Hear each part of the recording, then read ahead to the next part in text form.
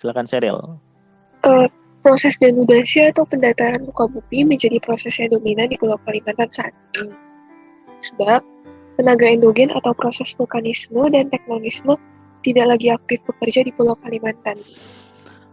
Denudasi atau pendataran muka bumi ini termasuk tenaga endogen apa eksogen?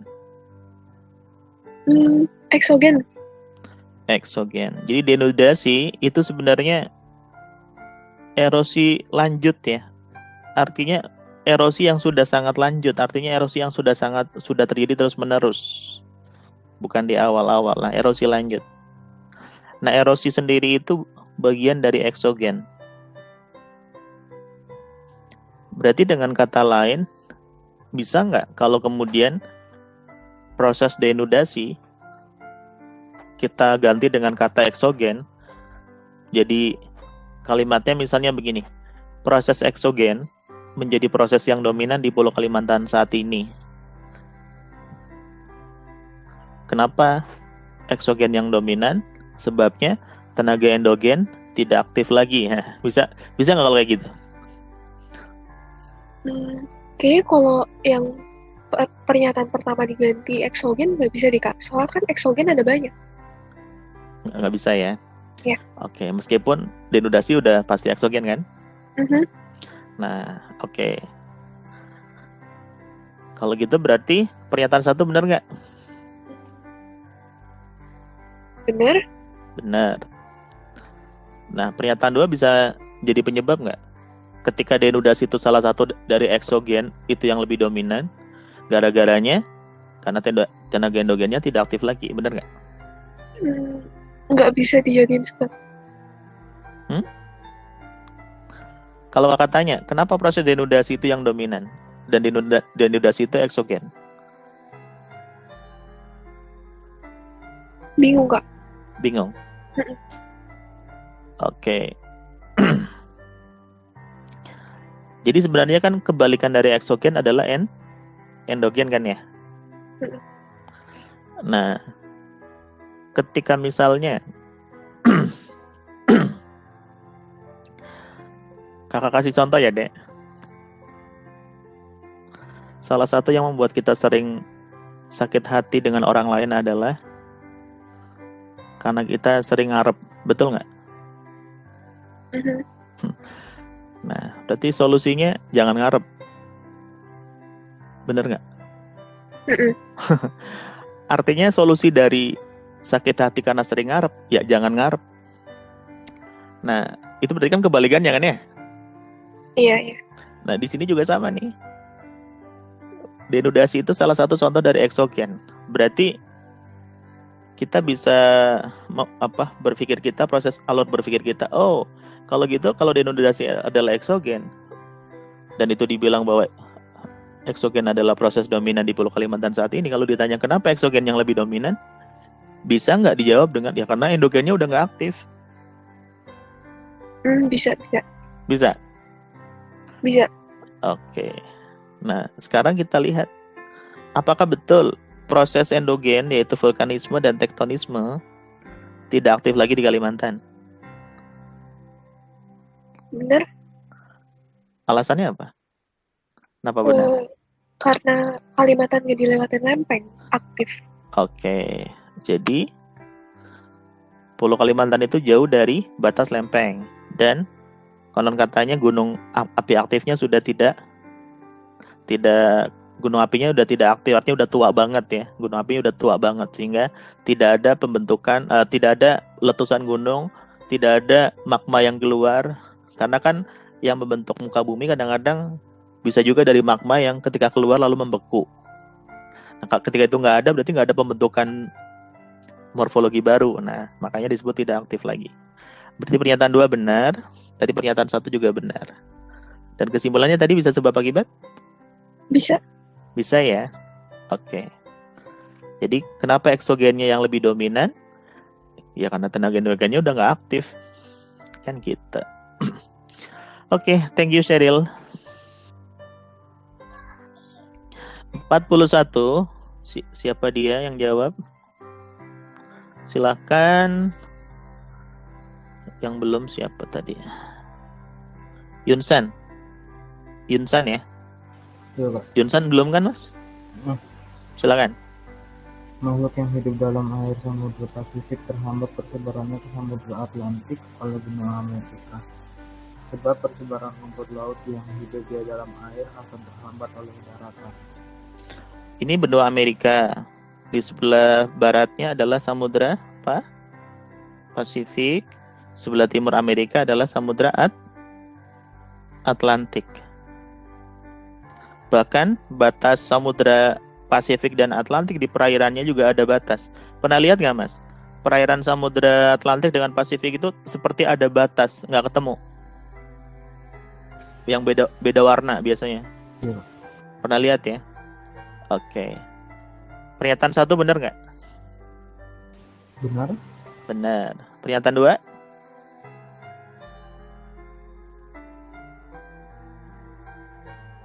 Benar juga. Benar juga. Tapi nggak berhubungan. Tapi nggak berhubungan. Tidak sebab akibat ya.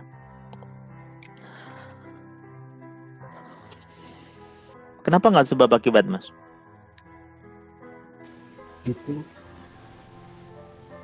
ya karena yang pernyataan pertama ngomongin makhluk hidup yang di dalam air Samudra Pasifik, belum tentu ada persebaran rumput laut. Nah, pernyataan kedua ngomongin cuma persebaran rumput laut doang.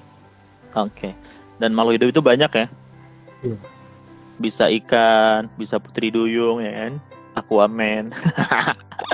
Aquaman. Oke, betul, jawabannya tidak sebab akibat B. 42 sekarang, Yulinda Dista. Hadir Yulinda Dista? Yulinda Dista ada?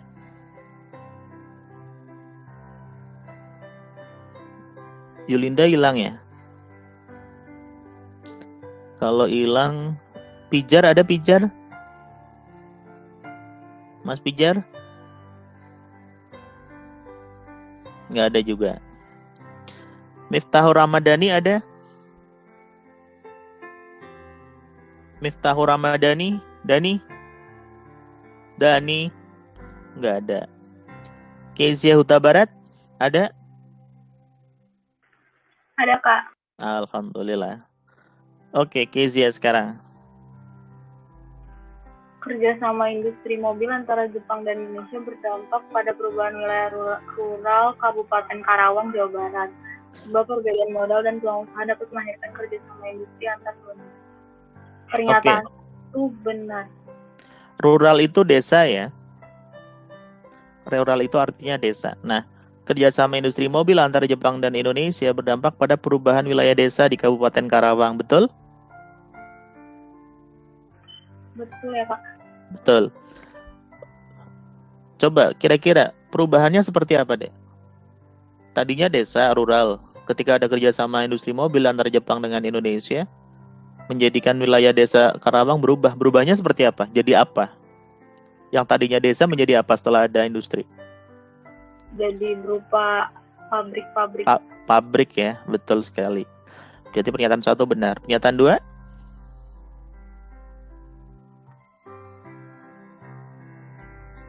Benar juga. Benar juga. Sebab akibat nggak? Enggak. Enggak ya. Beda konteks ya.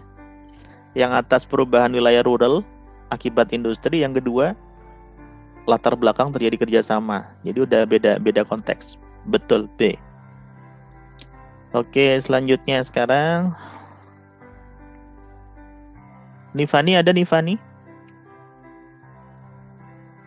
Ada, Kak. Silakan deh. Harga tanah di koridor jalan arteri lebih mahal dibandingkan dengan di koridor jalan lokal. Hal itu merupakan penerapan konsep. Ini misalnya jalan arteri nih, jalan besar atau jalan nasional. Lalu seandainya ada gang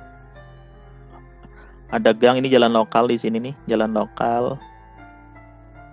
Sebentar kakak ini dulu, ilustrasikan dulu ya. Nah, ini ada jalan arteri. Terus ini ada gang di sini. ada gang. Nah, terus di gang ini ada jalan lagi, jalan lokal ya, kecil. Oke. Nah, sekarang kakak mau bikin ilustrasi posisi rumah Nifani di A, Sheryl di B, Adrian di D, Yunsan di D. Oke. Kira-kira nih. Coba lihat guys. Rumah A itu dekat jalan arteri. Ini jalan arteri misalnya ya. Yang bawah itu jalan lokal. A dekat jalan arteri. D dekat jalan lokal. Pada dasarnya sama-sama dekat jalan itu harganya mahal. Tetapi dekat jalannya di A dengan dekat jalannya di D lebih mahal mana nih Fani? Yang di arteri, Kak. Di arteri. Oke. Kalau antara C dan D lebih mahal mana? Yang D. Yang D. Oke. Berarti kesimpulannya yang mempengaruhi harga tanah itu konsep apa?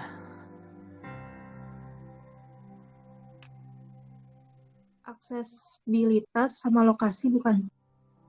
Yang D. Dilihat dari lokasinya dekat dengan jalannya ya. Ya. Kalau dekat dengan jalan berarti aksesnya bagus gitu ya.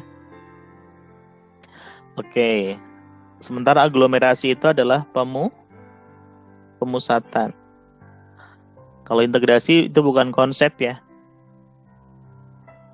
Kalau konsep itu lo kejar ani deket PIM, lokasi, keterjangkauan, jarak, aglomerasi, nilai guna, interaksi, interdependensi, pola, morfologi ya.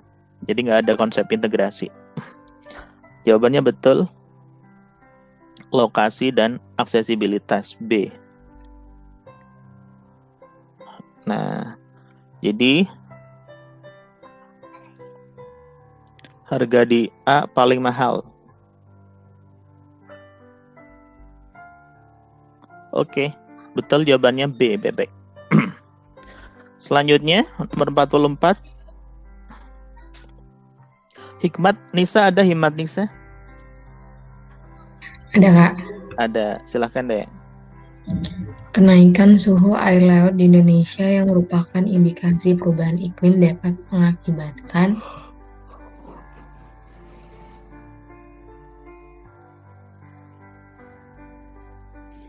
kenaikan suhu air laut. Air lautnya jadi panas. Itu merupakan indikasi perubahan iklim. Bisa mengakibatkan apa?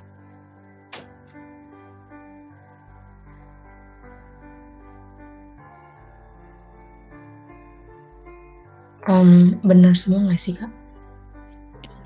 Bener semua. Coba one by one dijelasin deh gimana ceritanya tuh 1 sampai 4.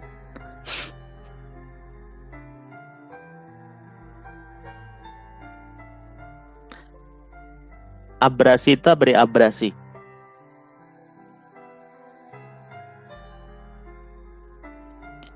Abrasi itu erosi. Pengikisan. Iya, pengikisan, betul, atau erosi oleh Air laut. air laut. Gelombang atau ombaknya biasanya ya. Nah, kira-kira erosi oleh air laut atau oleh gelombang laut itu makin meningkat ketika air laut suhunya naik atau tidak? Jadi kalau dingin berarti abrasinya turun. Kalau panas airnya berarti abrasinya naik.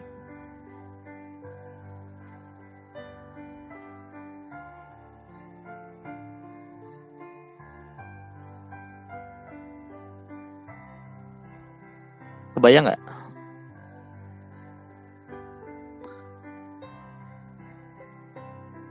Kebayang, Kak, bentar. Kebayang. Ini kalau suhunya naik kan berarti anginnya juga naik nggak sih? Nah, Kalau angin berarti yang nomor 2 kan? Oh iya, Kalau suhunya naik, oke. Timbulnya angin laut. Ini karena kaitannya dengan perbedaan tekanan ya. Kakak mau gambarin nih, Dek. 2 pantai. Ini pantai yang pertama seperti di atas. Ini pantai yang kedua. Ini yang disebut dengan pantai terjal itu seperti ini. Ini pantai terjal.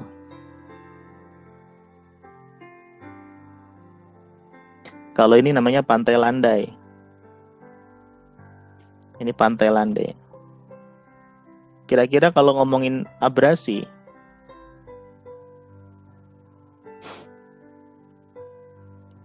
itu pengikisan oleh air laut itu lebih dominan di pantai landai atau pantai terjal?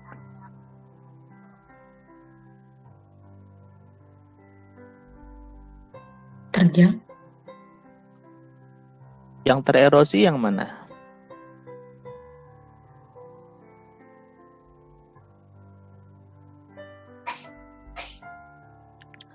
Yang tererosi itu yang ini atau yang ini nih? Kira-kira potensi lebih besar yang mana? Di pantai landai atau pantai terjal kalau namanya abrasi?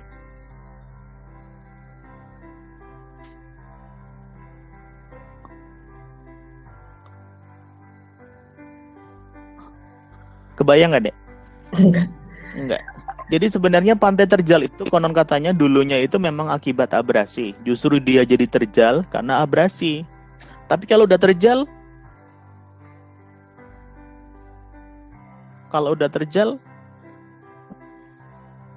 sebenarnya ini apa namanya? Kakak juga gambarnya salah nih. Kalau pantainya terjal ya nggak kayak gini ya. Tapi bisa juga sih. Perairan lautnya di bagian atas kan kayak gitu. Jadi sebenarnya terjalnya itu adalah akibat pantai menjadi terjal itu akibat abrasi. Jadi sebelum dia menjadi terjal, dia masih landai. Setelah terabrasi, terkikis lama jadi terjal. Berarti sebenarnya potensi abrasi itu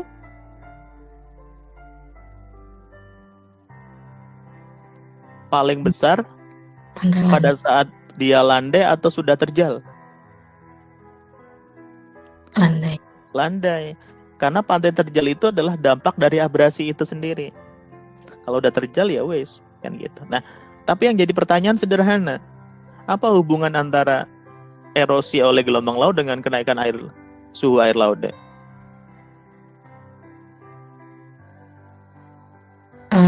Kenaikan muka air lautnya jadi naik. Wait, Kayak, yang naik suhu air lautnya nih di soal, bukan air lautnya yang naik. Suhu air lautnya. Ada nggak hubungan kira-kira? ada jadinya apa? Gelombangnya kuat ya. Gelombangnya kuat. Coba, ini jawaban kamu membuat kakak menarik untuk bertanya lagi. Kira-kira hubungannya gimana antara pergerakan gelombang dengan perbedaan suhu? Gimana Kak pertanyaannya? Hubungan antara perbedaan suhu air laut dengan gelombang. Kakak mau tanya, apa beda gelombang atau ombak dengan arus laut?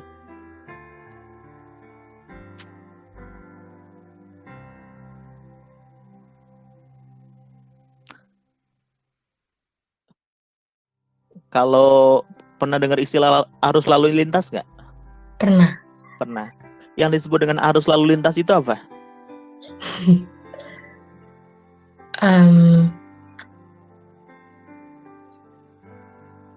Pergerakannya. Pergerakan. Nah, kalau arus lalu lintas yang bergerak apanya? Kendaraan. Kendaraannya. Berarti arus itu ada pergerakan. Nah, bergerakan tapi berpindah loh ya. Berpindah. Dari rumah kamu bergerak ke sekolah. Itu ada perpindahan. Itu namanya arus. Nah, kalau arus laut berarti yang bergerak apanya?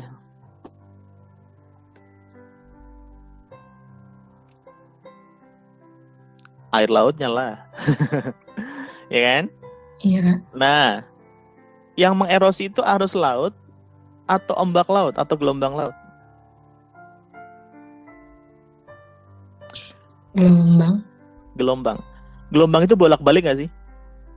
Iya, Jadi ada air laut, muter-muter ke arah pantai, jebret, nabrak pantai. Nah, habis itu balik lagi ke tengah, nanti balik lagi, dan seterusnya begitu. Namanya gelombang tuh.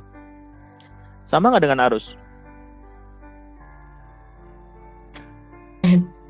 Beda. kalau gelombang yang kayak ke atas bawah gitu kan sih. Iya, yang bolak-balik itu. Kalau arus itu airnya berpindah. Jadi perbedaan air suhu itu memang sebenarnya meningkatkan apa? meningkatkan pergerakan arus ya. Tapi kalau yang mengerosi itu sebenarnya gelombang atau ombak. Jadi kalau menurut kakak sih tidak berkaitan dengan abrasi, apalagi di pantai terjal. Nah, kalau timbulnya angin laut, iya, ketika suhu air laut, maka tekanan udara di permukaan air laut yang hangat itu tekanannya rendah, maka akan ada angin bergerak. Nah, kalau intrusi air laut ke daratan, intrusi air laut itu masuknya air laut ke darat. Itu gara-gara apa itu?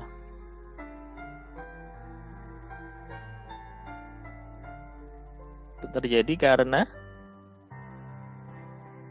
air tanah di darat diambil besar-besaran,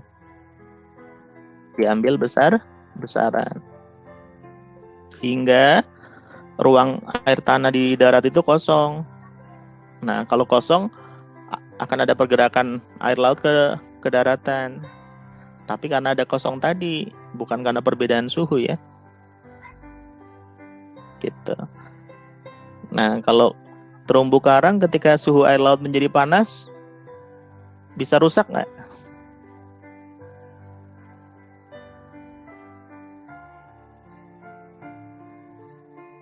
Ya, bisa. Kan terumbu karang ada kondisi suhu ideal kan, di mana dia bisa hidup dengan baik. Jadi kalau ternyata tiba-tiba suhu air laut itu meningkat jadi lebih panas, berarti kan melebihi batas ideal pertumbuhan terumbu karang. Berarti bisa rusak nggak kalau suhunya naik? Bisa. Sama kayak kamu. Ketika kamu nyeruput kuah sop yang masih anget kan enak ya? Anget-anget gitu lah istilahnya. Atau nyeruput kopi yang masih anget-anget. Tapi anget-angetnya itu masih dalam batas ambang wajar oleh lidah. Tapi kalau udah dalam kondisi mendidih diminum ya nggak juga kan ya? Lidah bisa rusak kan gitu. Jadi nomor 4 betul. Jawabannya 2 dan 4 ya. C. Terakhir, Grace. Silakan Grace.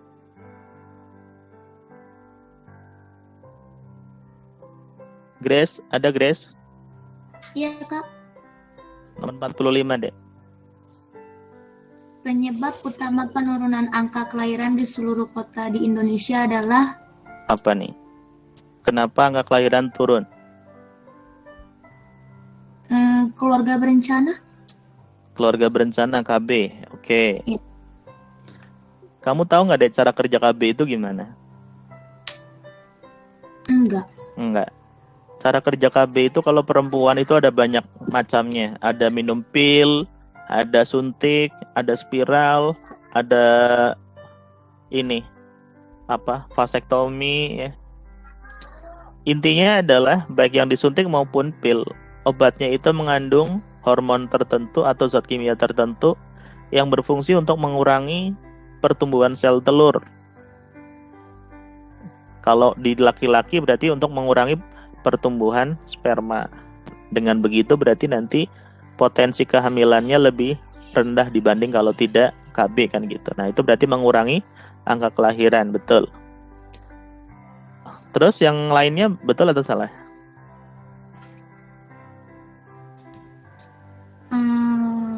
Kayaknya itu aja, soalnya kalau kematian bayi kan berarti bayinya udah lahir, jadi tetap aja ada angka kelahirannya, nggak ada penurunan. Ada penurunan ya. Kan yang dilihat lahirnya, bukan yang udah lahir terus mati, bukan ya? Iya. Oke, berarti yang nomor 4 salah. Nomor 2?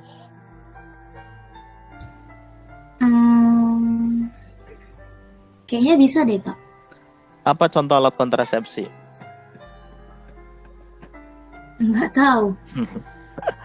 Alat kontrasepsi itu tadi misalnya ya.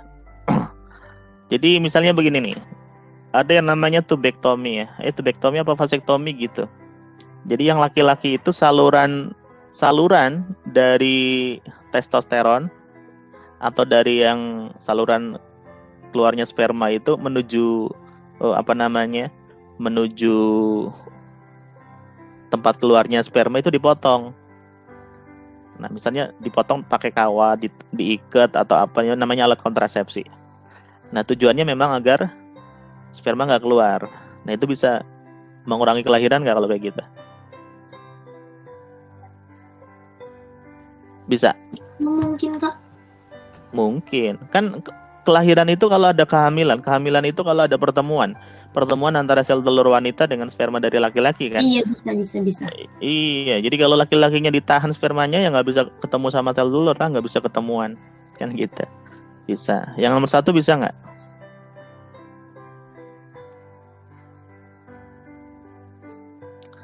Kira-kira kalau menunda perkawinan itu bisa menurunkan angka kelahiran? Bisa. Mungkin. Bisa. Mungkin. Iya. Kalau habis SMA langsung nikah dengan SMA kuliah dulu 4 tahun, kira-kira potensi yang hamil duluan siapa?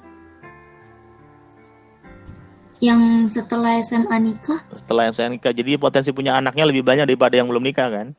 Gitu. Iya. Jadi menunda perkawinan bisa. Jadi jawabannya A ya. Oke. Oke. Berarti untuk ini udah selesai.